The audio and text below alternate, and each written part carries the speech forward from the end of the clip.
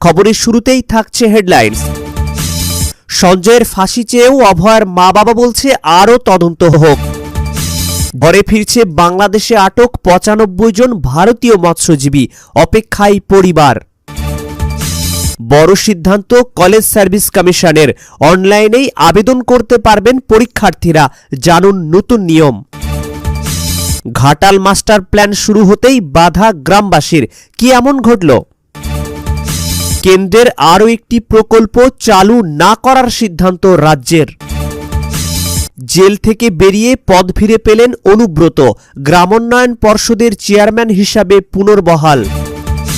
ঘরে ফিরছেন বাংলাদেশে আটকে পড়া ৯৫ জন ভারতীয় মৎস্যজীবী, অপেক্ষায় পরিবার। ভারত বাংলাদেশের মধ্যে টানাপোড়েন শেষ।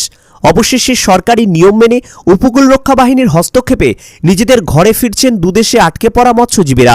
রবিবার মৎস্যজীবীদের নিয়ে উপকূল রক্ষা বাহিনীর ঐতিহাসিক বিনিময় হতে চলেছে বঙ্গোপসাগরে, দুদেশের সীমান্তবর্তী এলাকা যেটি। তার আগে শনিবারই ভারতে আটকে থাকা ৯০ জন বাংলাদেশি জেলে এবং ওপার বাংলায় থাকা ৯৫ জন মৎস্যজীবীকে নিজেদের হেফাজতে নিয়ে এসেছে দুদেশের উপকূল রক্ষা বাহিনী। আজ রবিবার অপেক্ষার অবসান ঘটিয়ে কাকদ্বীপ ও নামখানায় নিজেদের বাড়িতে ফিরবেন বাংলার ৯৫ জন জেলে। সুন্দরবন সামুদ্রিক মৎস্যজীবী শ্রমিক ইউনিয়নের সম্পাদক সতীনাথ পাত্র জানিয়েছেন, শনিবার সকালে কাকদ্বীপ থেকে ১২ জন এবং ওড়িশায় আটকে থাকা ৭৮ জন হলদিয়ার বাংলাদেশি মৎস্যজীবীকে হলদিয়ায় নিয়ে যাওয়া হচ্ছে। সব মিলিয়ে ৯০ জন বাংলাদেশি মৎস্যজীবী ফিরবেন বাংলাদেশে। অন্যদিকে ওপার বাংলার জেল থেকে ইতিমধ্যেই মুক্তি পেয়েছেন ৯৫ জন ভারতীয় মৎস্যজীবী।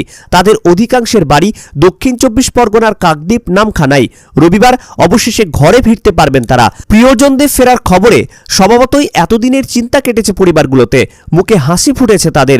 বাড়ির বউরা বলছেন, স্বামীরা সেখান থেকে বোটে উঠে তাদের ছবি পাঠিয়ে নিশ্চিত করেছেন যে তারা মুক্তি পেয়ে বাড়ি ফিরছেন। গত অক্টোবর ও নভেম্বর মাসে বাংলাদেশ জলসীমানায় ঢুকে পড়ার অভিযোগে আটক করা হয় ডায়মন্ড হারবারের ৬টি ট্রলারকে।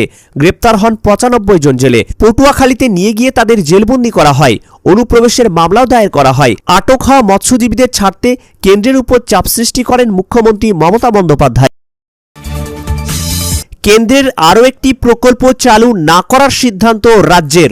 আবাস যোজনা ১০০ দিনের কাজসহ একাধিক প্রকল্পের দুর্নীতির অভিযোগ তুলে রাজ্য কেন্দ্রের সংঘাত বেঁধেছে। এবার ফের আরও একটি কেন্দ্রীয় প্রকল্প নিয়ে কি বিরোধের পথে রাজ্য? প্রধানমন্ত্রী ফসল বীমা নয়, মুখ্যমন্ত্রীর কৃষক বন্ধু স্কিমেই আস্থা রাজ্যের, কেন্দ্রীয় শিক্ষামন্ত্রীকে জানালেন শোভনদেব চট্টোপাধ্যায়।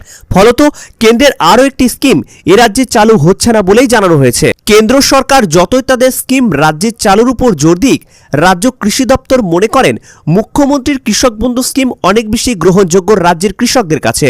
কেন্দ্রীয় শিক্ষামন্ত্রীকে বেশ জোরের সঙ্গেই এই বিষয়টি জানিয়ে দিয়েছেন রাজ্যের শিক্ষামন্ত্রী শোভনদেব চট্টোপাধ্যায়। সূত্রের খবর, তিনি জানিয়েছেন, স্বাস্থ্য থেকে আবাস, আবাস থেকে গ্রামীণ রাস্তা, রাস্তা থেকে কৃষক, কেন্দ্রের একাধিক প্রকল্প আমাদের রাজ্যে কার্যকর নয়। বলা যেতে পারে রাজ্য সরকার নিজ উদ্যোগে আগে থেকেই সেই সব প্রকল্প রাজ্যে চালু করেছে। কখনো আবার কেন্দ্রের অর্থ না মেলার কারণে নিজস্ব কোষাগার থেকে সেই প্রকল্প চালিয়ে নিয়ে যাচ্ছে। যেমন প্রধানমন্ত্রী ফসল বীমা যোজনা। কেন্দ্র সরকার এই প্রকল্প রাজ্যে চালু করা নিয়ে রাজ্যকে জানালেও আপাতত রাজ্য এই প্রকল্প চালু করছে না। রাজ্যের বক্তব্য, কৃষকদের জন্য মুখ্যমন্ত্রী মমতা বন্দ্যোপাধ্যায় যে দুটি প্রকল্প করেছে তা কৃষকদের কাছে অনেক বেশি লাভজনক। শনিবার দেশের সব রাজ্যের কৃষিমন্ত্রীদের সঙ্গে ভার্চুয়াল বৈঠক করেন কেন্দ্রীয় কৃষিমন্ত্রী শিবরাজ সিং চৌহান। এই বৈঠকেই যখন কেন্দ্রীয় কৃষিমন্ত্রী কৃষি প্রধান ফসল বীমা যোজনা কার্যকর বিষয়ে যোগ দেন, তখন পশ্চিমবঙ্গের কৃষিমন্ত্রী তথ্য দিয়ে জানান, এই রাজ্যের কৃষকরা অনেক লাভজনক প্রকল্পে ইতিমধ্যে রয়েছেন। সূত্রের খবর, বৈঠকে শোভনদেব চট্টোপাধ্যায় বলেন, আমাদের রাজ্যের মুখ্যমন্ত্রী কৃষকদের জন্য কৃষক বন্ধু ও কৃষক বীমা প্রকল্প চালু করেছেন। কৃষক বন্ধু প্রকল্পে একদিকে যেমন কেন্দ্রের তুলনায় অধিক টাকা কৃষকদের দেওয়া হয়, তেমনি কৃষক বীমার ক্ষেত্রে রাজ্যের কৃষকদের প্রিমিয়ারের জন্য কোনো টাকা দিতে হয় না, পুরো টাকাটাই দেওয়া হয় রাজ্যের কোষাগার থেকে। পাশাপাশি রাজ্যের কৃষি বাজেটের পরিমাণ উল্লেখ করে শোভনদেব চট্টোপাধ্যায় বলেন, আমাদের রাজ্যের কৃষি বাজেট হল ৯,৮০০ কোটি টাকা। সেখানে কেন্দ্র তার বিভিন্ন প্রকল্পে যে টাকা দেয় তার পরিমাণ বাজেটের 5% কম।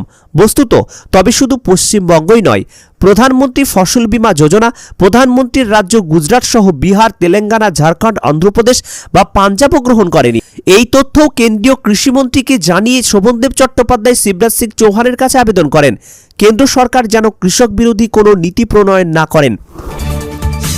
জেল থেকে বেরিয়ে পদ ফিরে পেতে পারেন অনুব্রত, গ্রামোন্নয়ন পর্ষদের চেয়ারম্যান হিসাবে পুনর্বহাল। 2 বছরের জেলবন্দি দশা কাটিয়ে গরু পাচার মামলায় পুজোর আগেই জামিন পেয়েছেন অনুব্রত মণ্ডল। বোলপুরে ফেরার আগের মতো দল ও সংগঠনের কাজ শুরু করেছেন। দ্বিতীয় দফায় তিনি কতটা সক্রিয় বা কী তার ভূমিকা তা নিয়ে জেলার অন্দরে বিস্তর আলোচনা হয়েছে। তবে মুখ্যমন্ত্রী মমতা বন্দ্যোপাধ্যায় কড়া বার্তা দিয়েছেন, সকলে মিলে একসঙ্গে কাজ করতে হবে, কোথাও কোনো অন্তর্দ্বন্দ্ব বরদাস্ত নয়। এইসবের মাঝে নতুন বছরের শুরুতেই সুখবর পেলেন অনুব্রত মণ্ডল। রাজ্যের গ্রামোন্নয়ন পর্ষদের সভাপতি পদে পুনর্বহাল করা হলো তাকে। এই মর্মে নবান্ন থেকে চিঠি পেয়েছেন বীরভূমের তৃণমূল সভাপতি। আগে তিনি এই পদে বহাল ছিলেন। জেলবন্দি থাকায় ওই পদ ফাঁকায় রাখা হয়েছিল গত 2 বছর। জামিন পেয়ে জেলায় ফেরার পর অনুব্রতকে সরকারি পদে আনা হলো। 2013 সালে গ্রামোন্নয়ন পর্ষদের সভাপতি পদে অনুব্রত মণ্ডলকে মনোনীত করেছিলেন খোদ মুখ্যমন্ত্রী। সেই থেকে তিনি চেয়ারম্যান, যার দৌলতে তিনি নীল বাতির গাড়ি, জেড ক্যাটাগরি নিরাপত্তা, সরকারি অনুষ্ঠানে উপস্থিত থাকার সুযোগ পেতেন। সেই মতো নানা সরকারি অনুষ্ঠানেও দেখা গিয়েছে অনুব্রতকে। গ্রামাঞ্চলে বিভিন্ন উন্নয়নমূলক কাজ এবং বিভিন্ন প্রকল্প এই পর্ষদের আওতায় হয়ে থাকে। সেই অর্থে বেশ গুরুত্বপূর্ণ গ্রামোন্নয়ন বিভাগের এই পদ। 2019 সাল পর্যন্ত টানা এসআরডি এর চেয়ারম্যান ছিলেন অনুব্রত।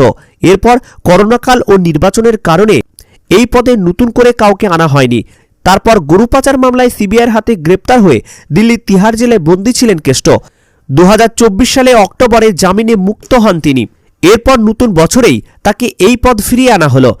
গ্রামোন্নয়ন পর্ষদের চেয়ারম্যান হিসাবে পুনরায় নিযুক্ত হলেন অনুব্রত মণ্ডল। নবান্ন থেকে সেই চিঠিও হাতে পেয়েছেন তিনি। এই বিষয়ে রাজ্যের মন্ত্রী তথা বোলপুরের বিধায়ক চন্দ্রনাথ সিনহা জানান, আগেও তিনি গ্রামোন্নয়ন পর্ষদের চেয়ারম্যান ছিলেন, আবারও ফিরে এলেন সেই পদে। এবার থেকে আর কোথাও সরকারি অনুষ্ঠানে তার উপস্থিতিতে কোনো বাধা নেই। এতে মনে করা হচ্ছে আগের গুরুত্ব ফিরে পাচ্ছেন বীরভূমের দুর্দান্ত প্রতাপ তৃণমূল নেতা।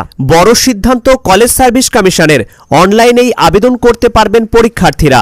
জানুন নতুন নিয়ম।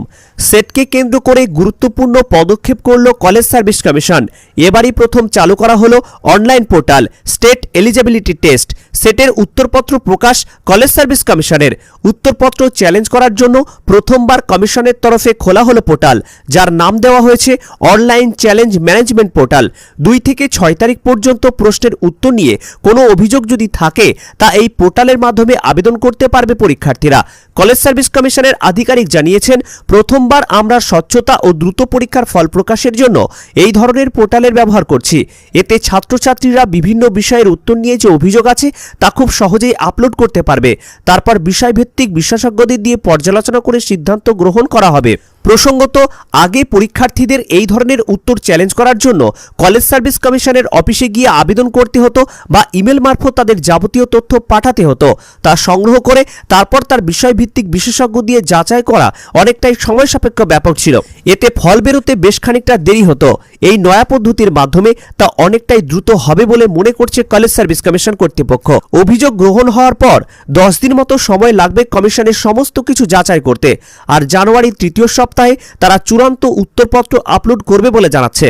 ফেব্রুয়ারি মাসের 2য় সপ্তাহতেই প্রকাশ করা হবে সেটের ফল, তা আগেই জানিয়েছেন কমিশন। যদি এই প্রক্রিয়ার মাধ্যমে আবেদন দ্রুত সম্পন্ন করা হয় তাহলে তার আগেও ফল বেরোতে পারে বলে কমিশন সূত্রের খবর। এই পরীক্ষায় উত্তীর্ণরা রাজ্যের কলেজ ও বিশ্ববিদ্যালয়গুলিতে অ্যাসিস্ট্যান্ট প্রফেসর পদে আবেদনের সুযোগ পাবেন।